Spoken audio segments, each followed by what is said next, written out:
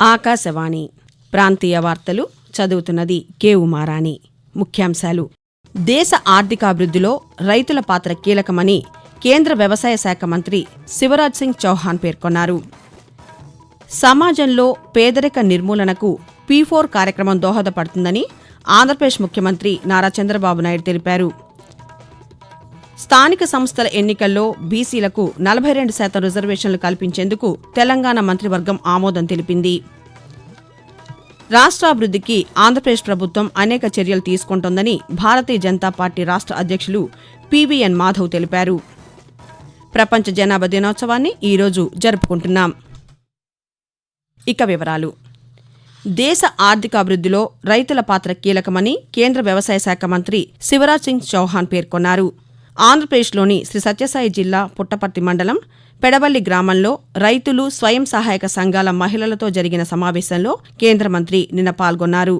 రైతులు అధిక దిగుబడులు సాధించేలా పంటలకు ఒక సమీకృత వ్యవస్థను ఏర్పాటు చేసేలా ఆంధ్రప్రదేశ్ ప్రభుత్వానికి సహకారం అందిస్తామని ఈ సందర్భంగా కేంద్ర మంత్రి తెలియజేస్తూ, और जल शक्ति मंत्रालय के साथ मिलकर अगर दूर तुंगभद्रा और हमारी कृष्णा नदी है उनसे पानी कैसे आ सकता है उस पर भी काम करेंगे. इंटीग्रेटेड फार्मिंग अगर हो सकती है, एक सी खेती नहीं, अलग अलग कई चीज़ें जो सूखा प्रभावित क्षेत्र में अच्छा उत्पादन दे सके उसके लिए क्या कर सकते हैं. तो एक इंटीग्रेटेड प्रोग्राम बनाने का सोचा है जिस पर हम लोग राज्य सरकार के साथ मिलकर काम करेंगे. ప్రభుత్వ, ప్రైవేటు ప్రజల భాగస్వామ్యం P4 కార్యక్రమంలో ఎక్కువ మందిని భాగస్వాములను చేసేలా ప్రణాళికలను సిద్ధం చేయాలని ఆంధ్రప్రదేశ్ ముఖ్యమంత్రి నారా చంద్రబాబు నాయుడు అధికారులను ఆదేశించారు. గుంటూరు జిల్లా తాడేపల్లిలోని ముఖ్యమంత్రి క్యాంపు కార్యాలయంలో P4 జీరో పావర్టీ కార్యక్రమంపై గత సాయంత్రం సమీక్ష నిర్వహించారు. ఈ సందర్భంగా చంద్రబాబు నాయుడు మాట్లాడుతూ, ఆగస్టు 15వ తేదీ నాటికి 1,00,000 మంది మార్గదర్శులను గుర్తించేలా ప్రభుత్వం లక్ష్యం నిర్దేశించుకుందని తెలిపారు. మార్గదర్శకులుగా ఉండేవారిని ప్రోత్సహించడానికి స్వయంగా వారితో సమావేశం కానున్నామని చెప్పారు. సమాజంలో పేదరిక నిర్మూలనకు P4 కార్యక్రమం ఉపయోగపడుతుందని ముఖ్యమంత్రి వివరించారు. స్థానిక సంస్థల ఎన్నికల్లో బీసీలకు 42% రిజర్వేషన్లు కల్పించేందుకు తెలంగాణ మంత్రివర్గం ఆమోదం తెలిపింది. హైదరాబాద్లోని రాష్ట్ర సచివాలయంలో ముఖ్యమంత్రి రేవంత్ రెడ్డి అధ్యక్షతన నిన్న సమావేశమైన మంత్రివర్గం పలు నిర్ణయాలకు ఆమోదం తెలిపింది. ఆ సమావేశ నిర్ణయాలను సమాచార శాఖ మంత్రి పొంగులేటి శ్రీనివాసరెడ్డి పాత్రికేయులకు వివరించారు.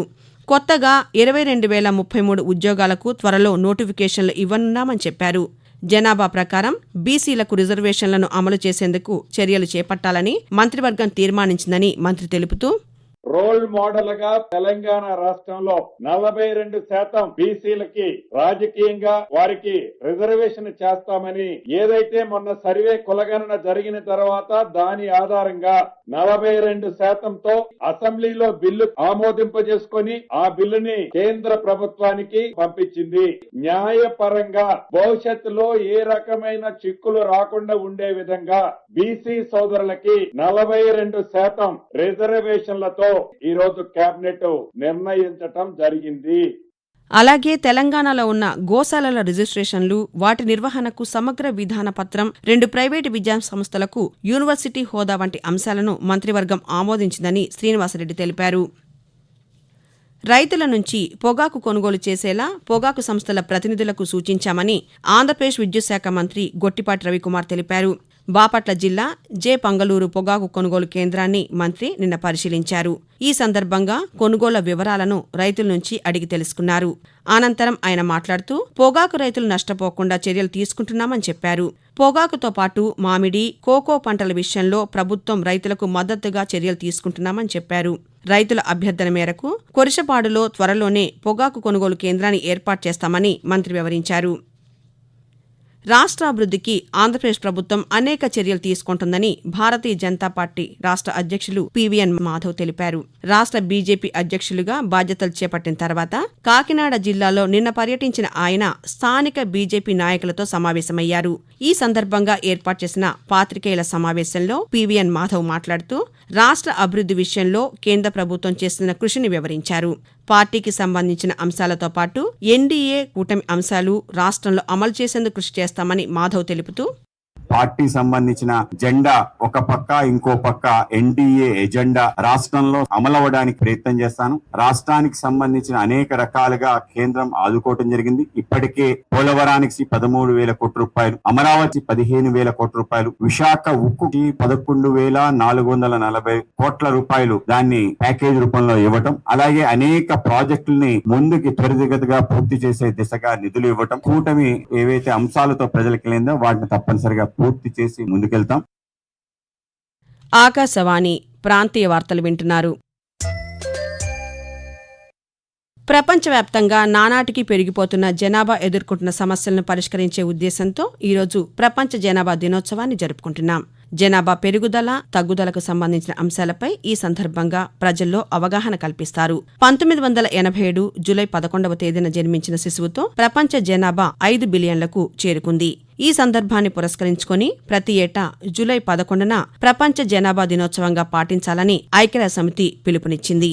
న్యాయమైన, ఆశాజనకమైన ప్రపంచంలో వారు కోరుకునే కుటుంబాలను సృష్టించడానికి యువతకు సాధికారత కల్పించడం అనే ఇతివృత్తంతో ఈ ఏడాది ప్రపంచ జనాభా దినోత్సవాన్ని నిర్వహిస్తున్నారు. 2050వ సంవత్సరం నాటికి ప్రపంచ జనాభా భారీగా పెరిగే అవకాశం ఉన్నందున తమ దేశాల్లో ఆయా ప్రభుత్వాలు అందుకు అనుగుణంగా తగిన ప్రణాళికలు రూపొందించుకోవాలని ఐక్యరాజ్యసమితి సూచిస్తోంది. మరోవైపు గుంటూరు జిల్లా తుళ్లూరు మండలం వెలగపూడిలో జరిగే మొదటి ప్రపంచ జనాభా సదస్సులో ముఖ్యమంత్రి నారా చంద్రబాబు నాయుడు ఈరోజు పాల్గొంటారు. రైతుల సంక్షేమానికి ఆంధ్రప్రదేశ్ ప్రభుత్వం కృషి చేస్తుందని పౌర సరఫరాల శాఖ మంత్రి నాదెండ్ల మనోహర్ తెలిపారు. గుంటూరు జిల్లా తెనాలిలోని జనసేన పార్టీ కార్యాలయంలో నిన్న నిర్వహించిన పాత్రికేయుల సమావేశంలో మంత్రి మాట్లాడుతూ రైతులు నష్టపోకుండా సకాలంలో ధాన్యం కొనుగోలు చేశామని చెప్పారు.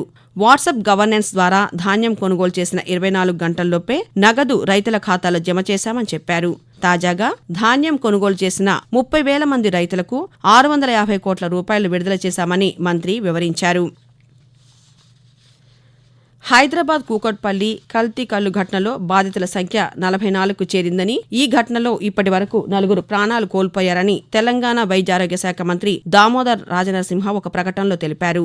ప్రస్తుతం నిమ్స్లో 31 మంది, గాంధీ ఆసుపత్రిలో 6 చికిత్స పొందుతున్నారని చెప్పారు. ప్రైవేటు ఆసుపత్రుల్లో మరో 7 చికిత్స అందిస్తున్నట్లు చెప్పారు. కాగా ఈ నెల 8వ తేదీన కూకట్పల్లి పరిధిలో పలువురు కల్తీ కల్లు తాగి అస్వస్థతకు గురయ్యారు. అండర్సన్ టెండూల్కర్ ట్రోఫీలో భాగంగా ఇంగ్లాండ్లోని లార్డ్స్ మైదానం వేదికగా భారత్ ఇంగ్లాండ్ జట్ల మధ్య 3వ టెస్టు క్రికెట్ మ్యాచ్ నిన్న ప్రారంభమైంది. 3వ టెస్టులో భాగంగా మొదటి బ్యాటింగ్ చేసిన ఇంగ్లాండ్ జట్టు ఆట ముగిసే సమయానికి తొలి ఇన్నింగ్స్లో 83 ఓవర్లలో 4 వికెట్ల నష్టానికి 251 పరుగులు చేసింది. ఇదిలా ఉండగా భారత క్రికెట్ క్రీడాకారులు సచిన్ టెండూల్కర్కు అరుదైన గౌరవం దక్కింది. ఇంగ్లాండ్లోని లార్డ్స్ మైదానంలోని మెరీబోల్డ్ క్రికెట్ క్లబ్ MCC మ్యూజియంలో నిన్న ఆయన చిత్రపటాన్ని ఆవిష్కరించారు. వాతావరణం. దిగువ ట్రోపో ఆవరణంలో నైరుతి పశ్చిమ గాలులు వీస్తున్నాయని అమరావతి భారత వాతావరణ కేంద్రం వెల్లడించింది. దీని ప్రభావంతో ఆంధ్రప్రదేశ్లో ఈ రోజు రేపు వర్షాలు కురిసే అవకాశముందని వాతావరణ కేంద్రం అధికారి జి. లక్ష్మి ఆకాశవాణి ప్రాంతీయ వార్తా విభాగానికి వివరిస్తూ, ఉత్తర కోస్తా ఆంధ్రప్రదేశ్ మరియు యానాము ఈ రోజు తేలికపాటి నుంచి ఒక మోస్తరు వర్షాలు లేదా ఉరుములతో కూడిన జల్లులు 1 లేదా 2 చోట్ల కురిసే అవకాశం ఉంది. ఉరుములతో కూడిన మెరుపులు మరియు బలమైన గాలులు గంటకు 40 నుంచి 50 కిలోమీటర్ల వేగంతో వీచే అవకాశం ఉంది. దక్షిణ కోస్తా ఆంధ్రప్రదేశ్ మరియు రాయలసీమ ఈ రోజు తేలికపాటి నుంచి ఒక మోస్తరు వర్షాలు 1 లేదా 2 చోట్ల కురిసే అవకాశం ఉంది. బలమైన గాలులు గంటకు 40 నుంచి 50 కిలోమీటర్ల వేగంతో వీచే అవకాశం ఉంది. వార్తలు ముగించే ముందు ముఖ్యాంశాలు మరోసారి. దేశ ఆర్థికాభివృద్ధిలో రైతుల పాత్ర కీలకమని కేంద్ర వ్యవసాయ శాఖ మంత్రి శివరాజ్ సింగ్ చౌహాన్ పేర్కొన్నారు. సమాజంలో పేదరిక నిర్మూలనకు P4 కార్యక్రమం దోహదపడుతుందని ఆంధ్రప్రదేశ్ ముఖ్యమంత్రి నారా చంద్రబాబు నాయుడు తెలిపారు. స్థానిక సంస్థల ఎన్నికల్లో బీసీలకు 42% రిజర్వేషన్లు కల్పించేందుకు తెలంగాణ మంత్రివర్గం ఆమోదం తెలిపింది. రాష్ట్రాభివృద్ధికి ఆంధ్రప్రదేశ్ ప్రభుత్వం అనేక చర్యలు తీసుకుంటోందని భారతీయ జనతా పార్టీ రాష్ట్ర అధ్యక్షులు PVN మాధవ్ తెలిపారు. ప్రపంచ జనాభా దినోత్సవాన్ని ఈరోజు జరుపుకుంటున్నాం.